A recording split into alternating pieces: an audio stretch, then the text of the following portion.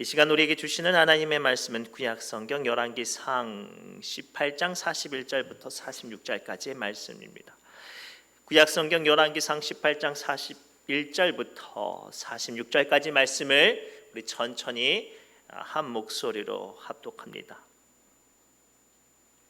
열왕기상 18장 41절부터 46절까지 말씀입니다. 제가 가지고 있는 구약성경 549페이지에 있습니다. 다 찾으셨을까요? 함께 읽겠습니다. 시작. 엘리야가 아합에게 이르되 올라가서 먹고 마시소서. 큰 비 소리가 있나이다. 아합이 먹고 마시러 올라가니라. 엘리야가 갈멜산 꼭대기로 올라가서 땅에 꿇어 엎드려 그의 얼굴을 무릎 사이에 넣고 그의 사환에게 이르되 올라가 바다 쪽을 바라보라. 그가 올라가 바라보고 말하되 아무것도 없나이다. 이르되 7번까지 다시 가라. 7번째 이르러서는 그가 말하되 바다에서 사람의 손만한 작은 구름이 일어나나이다.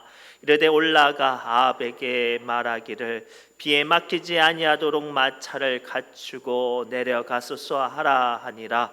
조금 후에 구름과 바람이 일어나서 하늘이 캄캄해지며 큰 비가 내리는지라. 아합이 마차를 타고 이스르엘로 가니 여호와의 능력이 엘리야에게 임하매 그가 허리를 동이고 이스르엘로 들어가는 곳까지 앞에서 달려갔더라. 아멘. 살아계신 하나님의 말씀입니다. 기도합니다. 하나님, 이 시간 주님의 일하심을 갈망하며 우리 기도합니다. 이 장마철이라는 우리가 할 수 있는 것들이 아무것도 없는 이 시간, 우리의 연약한 마음과 답답한 마음 또한 주님 앞에 내려놓사오니 주님 선포된 말씀을 통하여 우리 안에 기도의 권세가 시작되게 하여 주옵소서. 모든 말씀 예수님의 이름으로 간절히 기도드리옵나이다. 아멘. 우리 옆 사람 이렇게 축복할까요? 하나님께서는 우리의 기도를 들으십니다 라고 축복합시다. 하나님께서는 오늘 우리의 기도를 들으시는 줄 믿습니다. 하나님께서는 오늘 우리의 기도를 들으신 줄 믿습니다.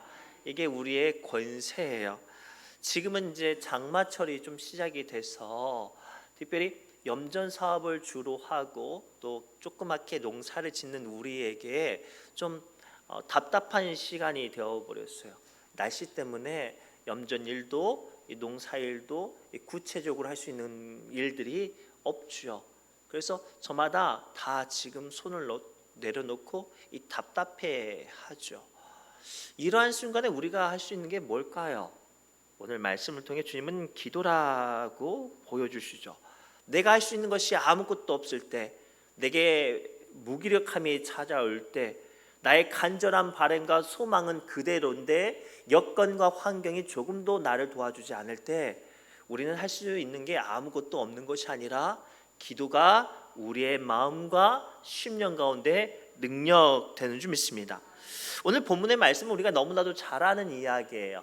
하나님께서 북이스라엘이 바알과 아세라 우상 숭배의 사상으로 타락하자 그 땅을 심판하고 책망하기 위해서 무려 3년 6개월 동안 가뭄이 시작되게 합니다.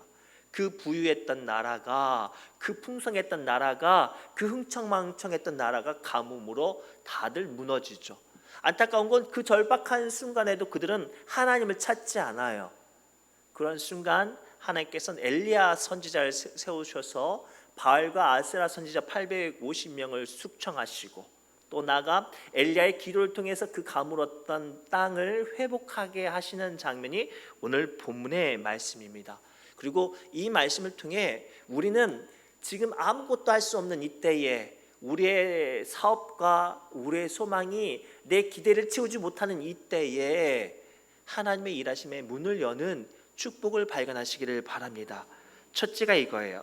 오늘 말씀을 통해 주님께서 우리에게 뭐를 보여주시냐면 하나님의 사람은 아무것도 할 수 없을 때에 그럼에도 불구하고 기도하는 사람이 하나님의 사람이라고 보여주고 계시죠. 우리 17절 말씀 함께 읽겠습니다. 시작. 엘리야를 볼 때에 아합이 그에게 이르되 이스라엘을 괴롭게 하는 자여 너냐. 아멘.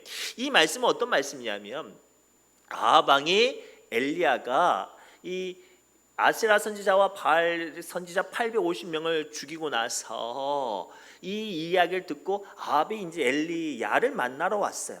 그런데 이 엘리야를 만나자마자 아합 왕이 엘리야에게 뭐라고 말하냐면 이스라엘을 괴롭게 하는 사람이라고 이 엘리야를 책망해요. 이 3년 6개월 동안 그 땅에 비가 내리지 않고 하나님의 진노하심이 그 땅에 임한 건 엘리야 때문이 아니라 그들의 패역함과 범죄함과 교만함과 하나님보다 물질과 우상을 더 사랑한 것, 그거였거든요. 엘리야가 한 건 그들의 죄악 앞에 하나님의 뜻을 선포했는데 아합 왕은 자신의 죄악을 돌아보지 않고 엘리야를 미워합니다. 이때 오늘 우리는 하나님의 역사심과 엘리야의 마음과 더 나아가 엘리야를 공격하는 아합 같은 사탄의 소리 가운데 우리가 어디에 서 있는지를 발견해야 해요.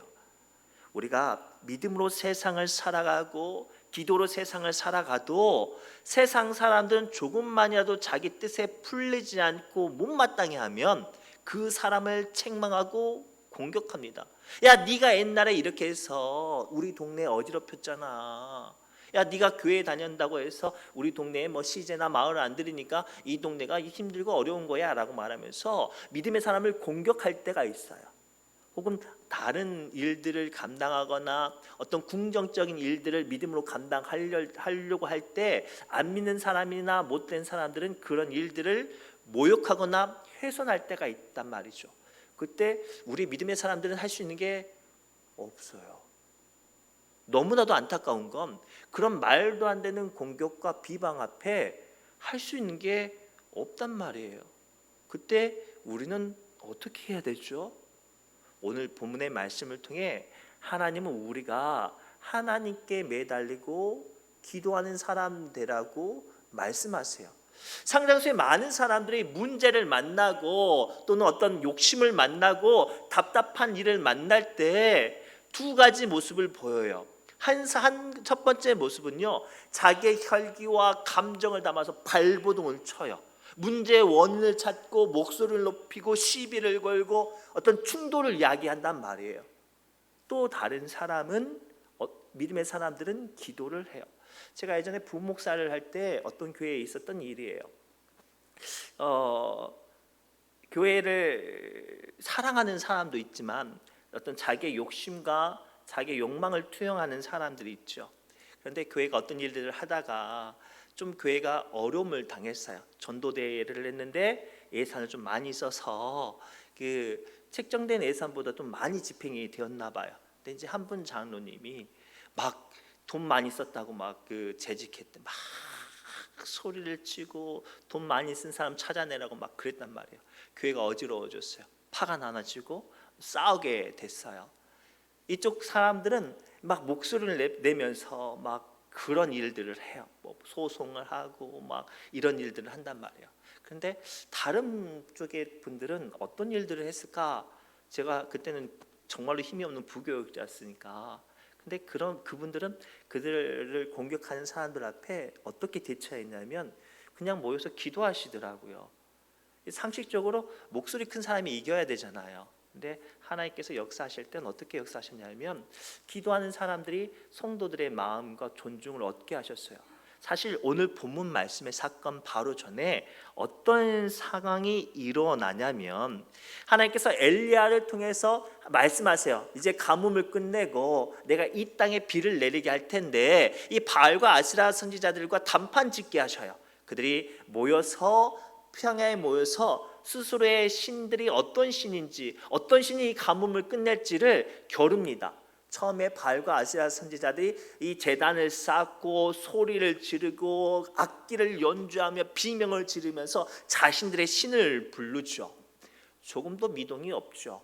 그래서 나중에 그들이 어떻게 했는가? 자기의 혈기를 못 이겨서 이 칼과 창으로 자기의 몸을 상처를 내고 찌르고 피를 풀리면서 이 자기의 어떤 감정을 담아서 소리를 질러요. 하지만 그들의 신은 응답하지 않아요. 그 모든 것들을 다 잠잠케 한 후에 엘리야가 했던 건 단 한 가지예요. 제단을 쌓고 제단 위에 물을 풍족히 부어서 그리고 하나님을 불러요. 하나님 응답하여 주옵소서. 하나님 응답하여 주옵소서. 우리 36절 37절에 이렇게 되어 있어요. 오늘 말씀을 통해 제가 여러분들과 나누고 싶은 이야기가 뭐냐면, 이렇게 엘리야가 하나님 응답해 주세요, 하나님 응답해 주세요라고 부르짖자, 발버둥 치는 것이 아니라 부르짖자 하나님께서 마른 하늘에서 불이 내려와 그 제단과 제단의 제물과 제단에 부어진 물까지 다 살라서 하나님의 능력을 보여주시고 나타내셨어요. 오늘 말씀을 통해 우리에게 하나님께서는 그럼에도 불구하고 기도하는 사람 되라고 하신 이유가 여기 있어요. 장마철에 우리가 할 수 있는 것이 아무것도 없어요. 농사도 지을 수 없어요. 염전도 할 수 없어요. 소금값도 어려워요. 내 뜻과 내 생각대로 사업이 풀리지 않아요. 그래서 나는 할 수 있는 게 아무것도 없어요 라고 답답해하는 우리에게 하나님은 그 큰 비 소리가 나는 장마가 시작했을지라도, 너희의 인생이 멈춰섰을지라도 뭐하는 사람 되라고요? 기도하는 사람 되라고 말씀하세요. 하나님은 발버둥 치는 사람을 통해 역사하시는 게 아니라 하나님께 기도하는 사람을 통해 역사하세요. 그래서 시편 46편 10절에 이렇게 말씀하시죠. 함께 읽겠습니다. 이르시기를 너희는 가만히 있어 내가 하나님됨을 알지어다. 내가 문나라 중에 높임을 받으리라. 내가 세계 중에서 높임을 받으리라 하시는도다. 아멘. 이 말씀의 시작은 어디서 찾아볼 수 있냐면, 이스라엘 백성들이 출애굽을 하고 자신들의 꿈에도 그렸던 가나안 땅에 나아가던 장면에서 시작이 돼요. 모든 게 형통해야 되잖아요. 그 강력했던 대제국 애굽을 흔들어 놓고 나가니 얼마나 승승장구를 해야 해요. 그런데 앞에 자신들의 힘으로 해결할 수 없는 홍해 바다가 자신들의 길을 막아요. 형통케 하는 게 아니라 길을 막아요. 심지어는 간악한 바로가 포기하지 못하고 자신들을 또다시 공격하러 오는 그때에 이스라엘 백성들은 다 절망하죠. 그때 하나님께서 그들에게 뭐를 부탁하셨냐면, 발버둥 치지 말라고. 발버둥 치는 사람이 아니라 하나님을 일하시는 것을 바라보는 사람, 기도하는 사람 되라고 부탁하시죠. 그리고 그들이 그 하나님의 말씀을 붙잡고 하나님을 바라볼 때 하나님은 홍해 바다를 갈라내셨어요. 이 말씀을 통해 하나님께서 우리 지역과 이 시간 함께 예배하는 우리 믿음의 권속들에게 하나님의 말씀을 들려지기를 원하세요. 길들이 막힌 것 같죠. 답답하죠. 어렵죠. 이때 우리에게 필요한 건 발버둥이 아니에요. 하나님을 바라보고 하나님께 기도해야 돼요. 큰 빗소리가 들려도 기도하는 사람에게는 하나님께서 그들의 역사하심과 그들의 간절한 소망 가운데 하나님의 능력이 나타나게 하실 줄 믿습니다. 그리고 오늘 말씀 붙잡고 이 장마철에 아무것도 할 수 없어요 라고 내려놓는 게 아니라, 여러분의 마음의 문을 두드리시는 하나님의 말씀 붙잡고 기도를 시작하시기를 바랍니다.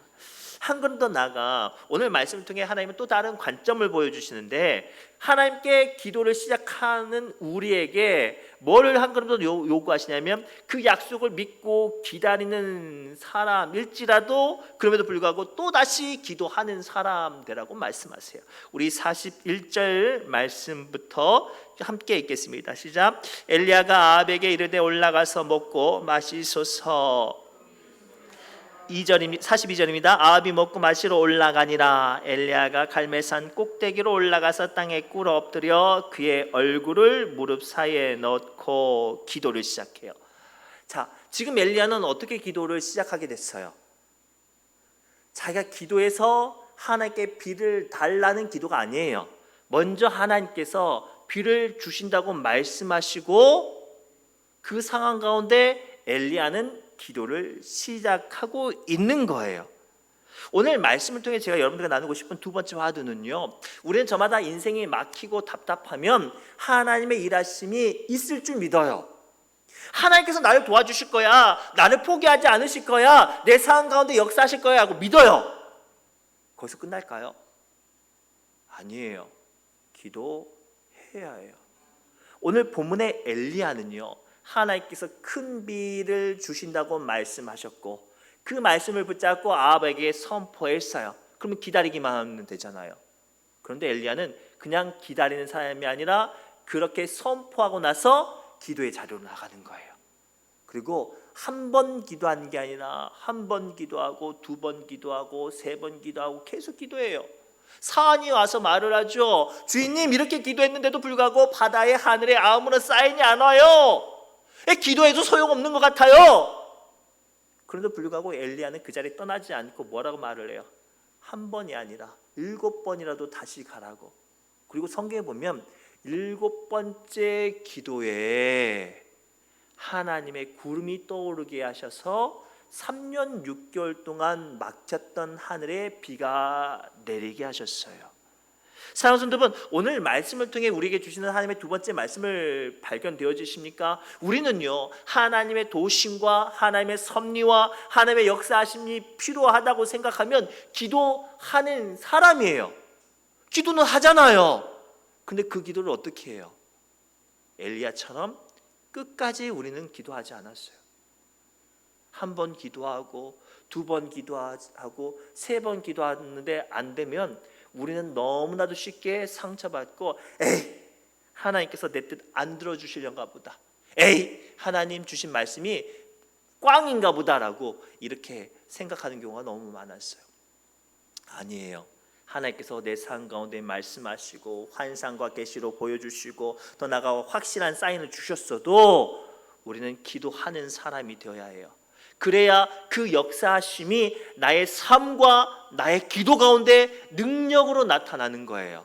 그 대표적인 인물을 이야기해 보겠습니다. 다니엘서 9장을 보면요, 다니엘이 가만히 보니까 하나님께서 예전에 예레미야를 통해서 하셨던 말씀이 있어요. 너희가 포로로 끌려갔고 나서 70년이 지나면 내가 너희를 다시 이 땅으로 돌아오게 하리라 라고 하신 말씀을 보았네요. 그래서 다니엘이 그 말씀을 붙잡고 어떻게 한 줄 아세요? 기도를 시작했어요. 아니, 자기는 기도 안 해도 이미 말씀하셨으니까 하나님께서 책임져 주실 거 아니에요. 그렇게 생각할 법도 한데 다니엘은 그렇게 하지 않았단 말이에요. 하나님의 말씀을 붙잡고 골방에 들어가 작정하고 세일의 동안 하나님께 매달리고 기도합니다. 하나님 말씀하셨는데 언제 이 나라와 우리 백성이 회복되겠습니까? 언제 우리의 이 신음과 아픔과 통곡이 하나님 회복되겠습니까? 라고 부르짖어요. 그리고 나서 그 71일 때 새 일회가 지나고 나서 하나님의 사자가 다니엘을 만나서 그의 모든 뜻과 계획을 보여주시잖아요.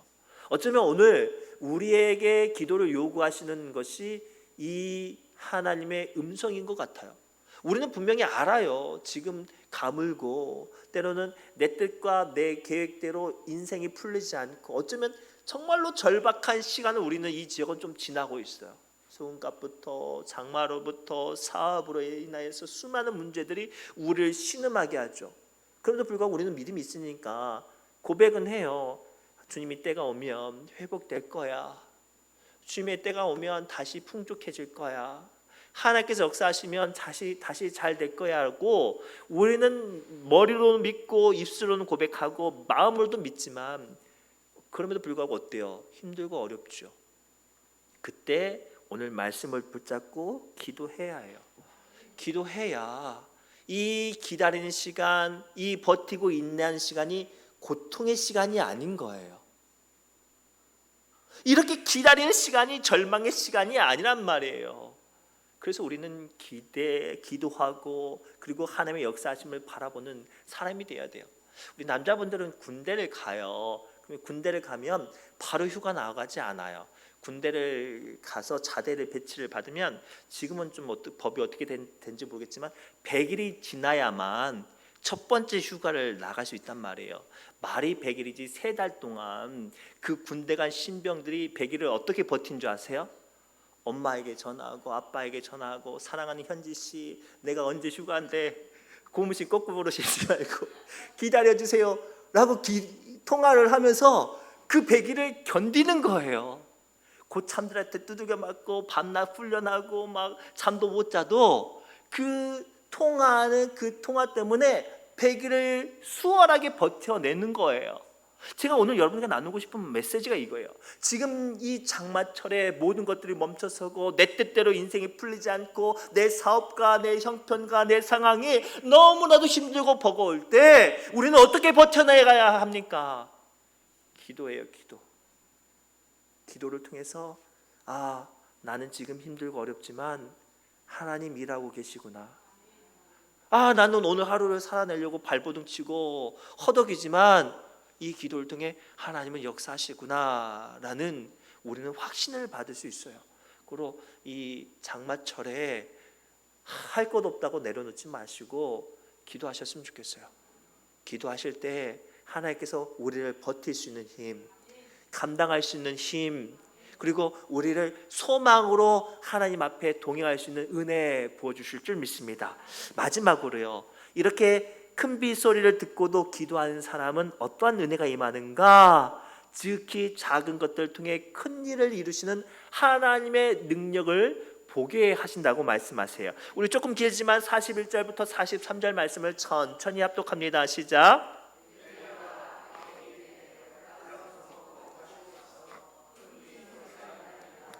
아비 먹고 마시러 올라가니라. 엘리야가 갈멜산 꼭대기로 올라가서 땅에 꿇어 엎드려 그의 얼굴을 무릎 사이에 넣고 그의 사환에게 이르되 올라가 바다 쪽을 바라보라. 그가 올라가 바라보고 말하되 아무것도 없나이다. 이르되 7번까지 다시 가라. 그리고 7번째에 이르러서는 그가 말하되 바다에서 사람의 손만한 작은 구름이 일어나나이다.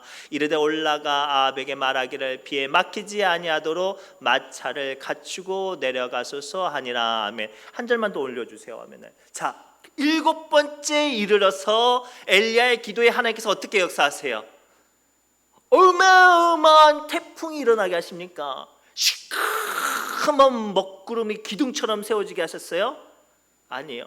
손바닥만한 구름. 에게 이거가 누구 코에 붙여? 저는 어렸을 때 동생하고 쌍둥이니까 먹을 거 가지고 엄청 싸웠거든요. 그러면 어머니나 삼촌이나 뭐 이제 친척들이 가끔가다 먹을 걸 주면 논아주면 제가 좀 더 덩치가 있으니까 이게 엄마 이거 가지고 뭘 먹어? 뭐 이럴 때가 많았거든요. 오늘 지금 본문의 상황은 그거예요. 엘리야가 간절히 7번 기도했어요. 그 간절히 기도했는데 떠오른 건 손바닥만한 구름이었단 말이에요. 그런데 믿음 없는 사람 눈에는 뭐예요? 에게 이거 가지고. 그런데 엘리야는 어떻게 받아들이죠?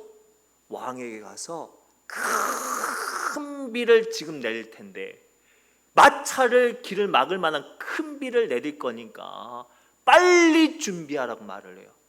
뭐가 달라요? 기도 후에 보는 눈이 달라졌어요.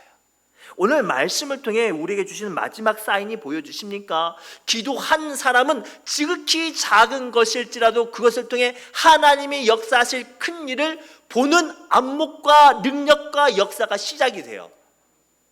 지금 내가 감당하는 일들이 정말로 내 삶 가운데 마음에 조금도 만족되지 못할 정도 요만큼 내 삶이 겨우 버틸 만큼 내 손에 주어져도 기도하는 사람은 그것을 통해 큰 일을 이루실 하나님을 볼 수 있는 거예요.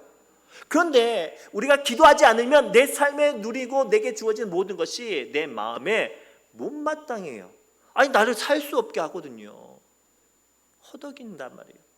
하지만 믿음의 눈으로 기도하는 사람은 그것을 통해 역사하시고 일하시는 하나님의 능력의 주인 되게 하세요. 우리가 너무나도 잘 아는 이야기를 해보겠습니다. 오병이어의 사건에 예수님께서 5,000명이나 되는 사람들을 먹이려고 제자들에게 물어봐요. 너희들이 가서 이 사람들 먹이라 라고 말할 때 한 제자는 우리에게 2,000만 원, 2,000데나리온이 있어도 부족합니다 라고 말하는 사람도 있고, 어떤 사람은 가까운 도시에 보내야 되는데 그 도시 우리는 할 수 없고 도시 가야 할 수 있습니다 라고 말을 해요.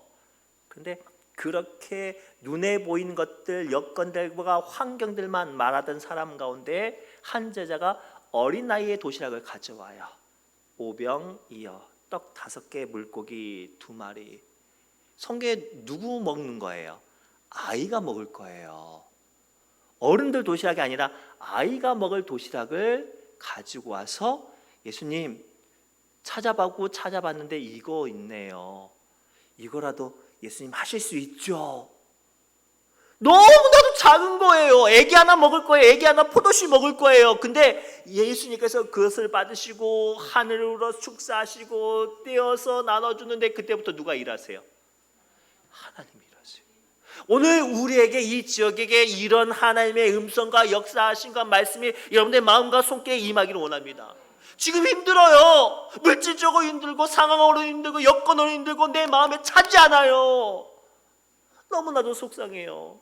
내가 이렇게 열심히 믿는데 풍족하게 줘야 되잖아요. 차고 넘치게 줘야 되잖아요. 그런데 너무나도 포도씨 살게 하는데 얼마나 힘들어요. 그런데 하나님께서 오늘 말씀을 통해 우리에게 뭐를 보여주세요? 그 손바닥만한 구름이 3년 6개월 동안 막혔던 북이스라엘 땅을, 가물어서 메말라서 말라 비틀어버렸던 그 땅을 살아나게 하는 큰 비 되게 하셨어요. 뭐 때문에? 기도 때문에요. 그래서 오늘 우리는 큰 비 소리 때문에 이것을 붙잡고 기도하는 사람이 되어야 돼요. 하나님, 내 삶이 형통하고 내 답답하고 어려운 삶이 잘 되려면 주님, 나 로또 복권 돼야 돼요. 이렇게 기도하십니까? 하나님, 내가 하는 일 대박되게 해주세요. 하나님, 내 자식들 한두 명씩 부자 돼서 나에게 용돈 매달 1,000만 원씩 주게 해주세요. 이런 기도해야 될까요? 아니에요. 지금 내게 주시는 삶의 것들이 오늘 하루 포도씨 살게 허덕거리게 주실지라도 하나님은 그 작은 것을 통해 나의 삶을 풍성하고 놀랍고 능력되고 넘치게 채워주실 줄 믿습니다. 그러면 그 손바닥만한 것을 큰 것으로 보게 하기 위해서 무엇이 필요합니까? 기도가 필요해요. 우리 그동안 기도하지 않고 받기만 하니까 부족하고 모자라고 답답하고 어렵게 느껴지는 거예요. 이 작은 것이라도 감사하게 받으면 모자란 게 없는 거예요. 귀하게 받으면 하나님께서 그것이 내 삶 가운데 귀하게 여겨지게 하실 거예요. 그래서 오늘 말씀을 통해 주님께서 우리에게 기도하는 사람 되라고 말을 해요. 그래서 스가랴서 4장 10절에 이렇게 말씀하십니다. 함께 읽겠습니다. 작은 일의 날이라고 멸시하는 자가 누구냐? 사람들이 수룹바벨의 손에 달인 줄이 있음을 보고 기뻐하리라. 이 일곱은 온 세상에 두루 다니는 여호와의 눈이니라 아니라. 아멘. 바로 윗줄 올려주세요. 이 스가랴의 말씀은 어떤 말씀이냐면, 이스라엘 백성들이 포로 생활하고 돌아오자마자 수룹바벨을 통해서 무너진 성벽을 재건을 해요. 근데 상식적으로 포로 생활하던 사람들이 돌아와서 성전을 쌓는데 돈이 어디 있어요? 사람들은 또 얼마나 적겠습니까? 그래서 주변 사람들은 물론이요, 그 일들을 하는 사람도 손가락질하면서 말을 해요. 야, 이런 거 가지고 옛날 그 솔로몬 성전하고 뭘 비교하겠냐, 이 코딱지만한 거 가지고. 그런데 하나님께서 이 스가랴 선지자를 통해서 지금 뭐라고 말씀하세요? 작은 일이라고 멸시하지 말래요. 이것을 통해 하나님께서 기뻐하시고 하나님께서 일하시고 하나님께서 역사하실 거라고 지금 말씀하고 계셔요. 그리고 이 말씀을 붙잡고 큰 빗소리 내리는 이때에 주님은 우리에게 기도하라고 말씀하세요. 그리할 때 작은 것들이 능력이 되고 기쁨이 되어지고, 우리의 멈춰졌던 것들 가운데 소망이 시작이 되어지고, 우리의 간절한 기도와 소망 가운데 주님의 축복이 우리의 삶 가운데 임하게 하실 줄 믿습니다. 기도합니다. 하나님, 오늘 주신 말씀을 붙잡고 이 장마철 모든 것들을 할 수 없는 이 시간, 우리가 주님을 바라보며 다시 한번 기도합니다. 내가 할 수 없는 것들로 인하여서 절망하는 것이 아니라 기도를 통하여 역사하실 주님의 일하심을 갈망하며 소망하며 이루어가는 축복이 이 시간 부어지게 하여 주옵소서. 모든 말씀 예수님의 이름으로 간절히 기도드리옵나이다. 아멘. 우리